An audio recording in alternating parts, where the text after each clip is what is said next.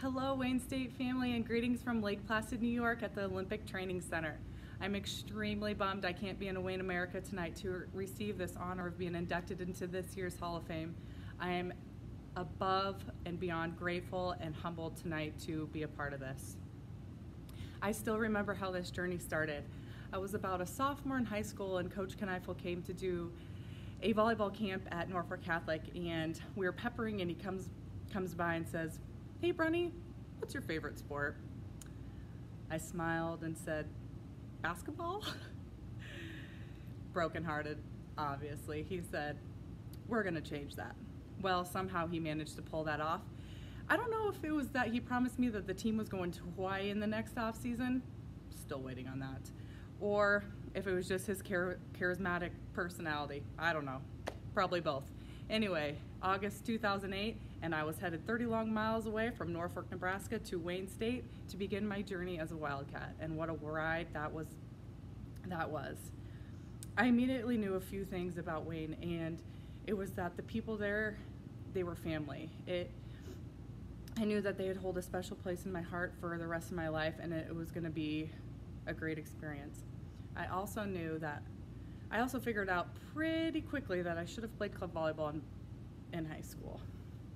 Coach Kneifel and Coach Ed did a phenomenal job of giving me all the tools I needed to become the best volleyball player that I could, but unfortunately I was just behind the game. I didn't have the experience that my teammates coming in did, and so the first 2 years I sat the bench pretty much 50% of the time, and most games I had tears coming down my face, and I was just praying, "God, please don't let this be the end of my career. Please, let me show myself and others that I have more to give."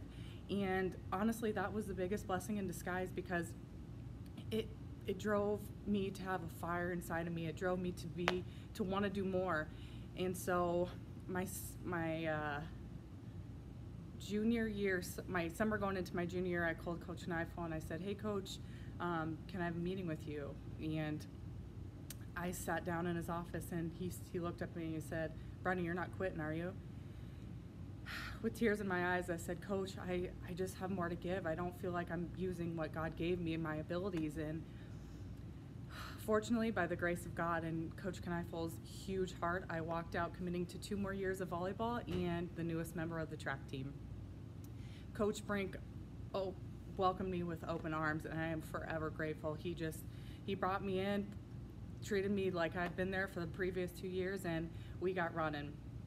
Coach Knoll was an absolute perfect piece to the puzzle.